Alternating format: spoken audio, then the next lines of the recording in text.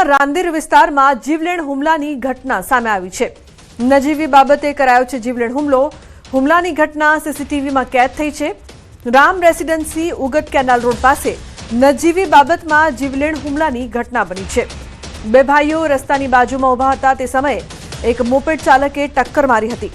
તેઓએ જોઈને ગાડી ચલાવવાનું કહેતા મોપેડ ચાલક ઉશ્કેરાઈ ગયો હતો। મોપેડ ચાલકે ગાળાગાળી પણ કરી હતી। બાદમાં મોપેડ ચાલકે હુમલો કર્યો। આ ઝપાઝપી દરમિયાન એકને ગંભીર ઈજાઓ પહોંચી છે। તો નજીવી બાબતે જીવલેણ હુમલો કરવામાં આવ્યો। સમગ્ર ઘટનાના સીસીટીવી પણ સામે આવ્યા છે। સુરતના રાંદેર વિસ્તારની આ સમગ્ર ઘટના છે। હુમલાની ઘટનામાં જોઈ શકાય છે કે કઈ રીતે હુમલો કરવામાં આવે છે। હુમલાની ઘટના છે તે રાંદેર વિસ્તારમાં બની છે। ઉલ્લેખનીય છે કે અચાનક એક યુવક આવે છે અને જીવલેણ હુમલો કરે છે।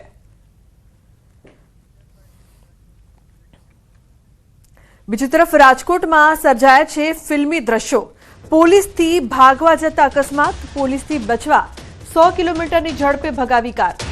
બેફામ કારે મોટરસાયકલ ચાલકને લીધો અડફેટે। કારની અડફેટે આવતા મોટરસાયકલ ચાલકનું મોત નીપજ્યું। તો પોલીસે બુટલેગર વિપુલ હાંડાને ઝડપી પાડ્યો છે। 100 લીટર દેશી દારૂ પર 4 વ્હીલરમાં કર્યો છે કબજે। ઉલ્લેખનીય છે કે પોલીસે બુટલેગર વિપુલ હાંડાને ઝડપી પાડ્યો છે। આ સમગ્ર ઘટના રાજકોટથી સામે આવી। કારની અડફેટે આવતા મોટરસાયકલ ચાલકનું મોત। અંકિત જોડાયા છે વધુ માહિતી આપવા માટે। અંકિત, શું છે સમગ્ર ઘટના? શું વધુ વિગતો છે આપની પાસે? ચોક્કસથી જે બનાવ બન્યો છે તે રાજકોટ ભાવનગર હાઈવે પર આવેલા સરદાર લોધીડા ગામની વચ્ચે બન્યો છે ને હાલ અત્યારે આજીડેમ પોલીસ દ્વારા જે વિપુલ હાંડા નામનો બુટલેગર છે તેની ધરપકડ પણ કરવામાં આવી છે। સાથોસાથ તેની પાસેથી 100 લીટર જેટલો દેશી દારૂ છે તે પણ મળી આવ્યો છે અને પોલીસની પ્રાથમિક તપાસની અંદર આ જે બુટલેગર છે તે પણ નશાની હાલતમાં હોવાનું સામે આવ્યું છે અને તેના જ કારણે પોલીસે બીએનએસની કલમ 105, 281 તેમજ મોટર વ્હીકલ એક્ટની કલમ 184 તેમજ 177 અને પ્રોહિબિશન એક્ટની કલમ મુજબ ગુનો છે તે નોંધવામાં આવ્યો છે।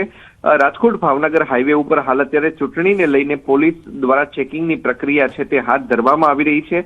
દરમિયાન ગઈકાલે આ વિપુલ હાંડા છે કે જે અલ્ટો કાર લઈને સરદાર પાસેથી પસાર થતો હતો ત્યારે પોલીસે તેને રોકવાનો પ્રયાસ કરતા બુટલેગરે પોતાની કાર છે તે 100 કિલોમીટરની ઝડપે છે તે ભગાવી મૂકી હતી ને તેના કારણે આજીડેમ પોલીસ છે તેમના દ્વારા તેને પીછો કરવાની ફરજ પડી હતી ને ત્યારબાદ આ બુટલેગર છે કે જેને વચ્ચે એક રાહદારી આવતા હતા કે જેનું નામ છે દિનેશ સોલંકી તેમને અડફેટે લીધા હતા અને આ નિર્દોષ ખેડૂતનું મૃત્યુ નીપજ્યું હોવાની ઘટના છે તે સામે આવી છે। જી બિલકુલ અંકિત, આભાર સમગ્ર માહિતી બદલ।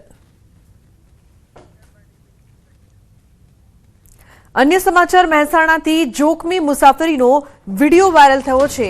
બહુચરાજી મોઢેરા રોડ પરની આ ઘટના। ક્ષમતાથી વધુ વિદ્યાર્થીઓ મુસાફરો ભર્યા। રિક્ષા ચાલકે નિયમોના કર્યા ધજાગરા। જીવના જોખમે વિદ્યાર્થીઓની કરાવાય છે મુસાફરી। સોશિયલ મીડિયામાં આ વિડીયો વાયરલ થઈ રહ્યો છે। તો રિક્ષા ચાલકે નિયમોના કઈ રીતે ધજાગરા કર્યા તે અહીંયા દ્રશ્યોમાં જોવા મળી રહ્યો છે। કેતન જોડાય છે વધુ માહિતી આપવા માટે। કેતન, શું છે સમગ્ર ઘટના? શું વધુ વિગતો? ચોક્કસથી જણાવી દઉં કે બહુચરાજી મોઢેરા રોડ પર ઘેટા બકરાની માફક વિદ્યાર્થીઓ અને મુસાફરો ભરીને જે રિક્ષાઓ દોડતી હોય છે તેનો જે વિડીયો હોય છે તે હાલમાં સોશિયલ મીડિયામાં વાયરલ થયો છે।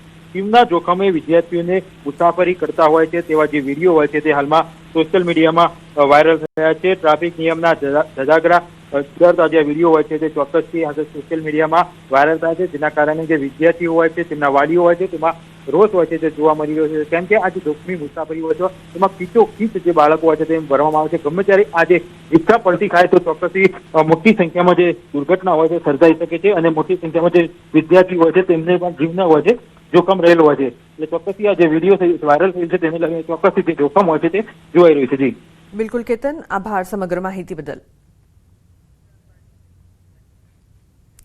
વલસાડમાં જર્જરિત ગટરમાં દુકાનદાર ખાબક્યો। પારડી નેશનલ હાઈવે કિનારા પર બની છે આ ઘટના। યુવક ગટર પર ઊભો રહીને ફોન પર વાત કરતો હતો। અચાનક ગટરનું ઢાંકણું તૂટતા યુવક પડ્યો હતો। યુવકને સારવાર માટે ખસેડાયો છે। હાઈવે ઓથોરિટીની બેદરકારી સામે લોકોમાં રોષ પ્રવર્ત્યો છે।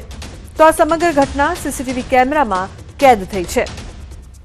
તો હાઈવે ઓથોરિટીની બેદરકારી બાદ લોકોમાં ભારે રોષ જોવા મળી રહ્યો છે। ભરત જોડાયા છે ફોન લાઈન પર વધુ માહિતી આપવા માટે। ભરત, શું વધુ વિગત છે સમગ્ર મામલે? જી બિલકુલ, છેલ્લા કેટલાક સમયથી વલસાડ માંથી પસાર થતા અમદાવાદ મુંબઈ નેશનલ હાઈવેના કિનારા પર આવેલી ગટરોની હાલતો જર્જરિત છે. અનેક જગ્યાએ છે ઢાંકણાઓ તૂટેલા છે. અગાઉ પણ અનેક વખત છે પશુઓ પડવાના અને માણસો પણ અને વાહન ચાલકો પણ આ રીતના ખુલ્લી ગટરોમાં પડવાના ઘટના બની છે. જોકે આ વખતે પારડીના 4 રસ્તા નજીક છે હાઈવેની બાજુમાં આવેલા એક શોપિંગ કોમ્પ્લેક્સ ની મોબાઈલના દુકાનદાર છે પોતાના છે દુકાનની બહાર ગટર પર ઉભા રહી અને વાત કરી રહ્યો હતો. એ દરમિયાન જ અચાનક છે ગટરનું જર્જરિત ગટરનું ઢાંકણું તૂટ્યું અને તે ઊંડી ગટરમાં ખાબક્યો હતો. આ જે દ્રશ્ય જોતા જ દુકાનમાંથી હાજર લોકો છે એ દોડી અને બહાર આવ્યા હતા અને આ દુકાનદાર છે ને એને ગટરમાંથી બહાર કાઢ્યો હતો ને આ ઘટનામાં દુકાનદારને ઈજા થતા તેને સારવાર માટે હોસ્પિટલમાં ખસેડવામાં આવે છે. આમ છેલ્લા લાંબા સમયથી આ જે હાઈવે ઓથોરિટીની છે બેદરકારીને કારણે હાઈવેની બાજુમાં આવેલી ગટરો છે જોખમી સાબિત થઈ રહી છે. આથી લોકોમાં રોષ વ્યાપ્યો છે. બિલકુલ ભરત, જે પ્રકારથી આ સમગ્ર ઘટના છે કોઈ મોટી દુર્ઘટના પણ સર્જાઈ શકે છે. આપણે દ્રશ્યોમાં જોઈ શકીએ છીએ કે કઈ રીતે આ યુવક છે તે પડી જાય છે. જો કોઈ મોટી દુર્ઘટના થાય તો જવાબદાર કોણ? તંત્રને શું આ બધું દેખાઈ નથી રહ્યું? જી બિલકુલ, જોવા જઈએ તો અમદાવાદ મુંબઈ નેશનલ હાઈવેની આ ઘટના છે. આપ પણ જાણો છો કે અમદાવાદ મુંબઈ નેશનલ હાઈવે દેશનો સૌથી વ્યસ્ત હાઈવે છે જ્યાં દિવસ રાત વાહનો, ભારે વાહનો અને નાના વાહનોની અવર જવર રહે છે. એ વખતે જ હાઈવેની બાજુમાં જ જો આ રીતના ગટરની હાલત હોય અને જર્જરિત હાલત છે, સ્વાભાવિક છે કે જે હાઈવે ઓથોરિટી છે તેની જવાબદારી છે આમાં.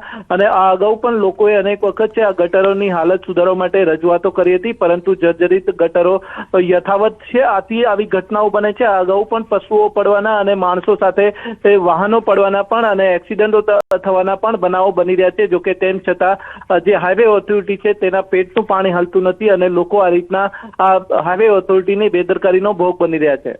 બિલકુલ ભરત, આભાર સમગ્ર માહિતી બદલ. ઉલ્લેખનીય છે કે આ પ્રકારની ઘટના છે તે તંત્ર માટે શરમજનક. જે પ્રકારથી આ યુવક છે તે ગટરમાં પડી જાય છે, જર્જરિત ગટર છે તેમાં આ યુવક પડે છે અને તે બાદ તેને સારવાર માટે ખસેડવામાં આવે છે. અન્ય સમાચાર, જૂનાગઢથી જેલમાંથી પ્રતિબંધિત વસ્તુઓ મળી આવી છે. તપાસ દરમિયાન 3 મોબાઈલ બેટરી ચાર્જ મળ્યા છે. પાવર સપ્લાય બોક્સ પણ જપ્ત કરવામાં આવ્યા છે. વૃક્ષ ઉપર સંતાડેલા મોબાઈલ કબજે કરાયા છે. તમાકુ અને ચૂનો પણ મળી આવ્યો છે. 2 કેદી સામે ગુનો નોંધાયો છે. પોલીસે આ સમગ્ર મામલે તપાસ હાથ ધરી છે.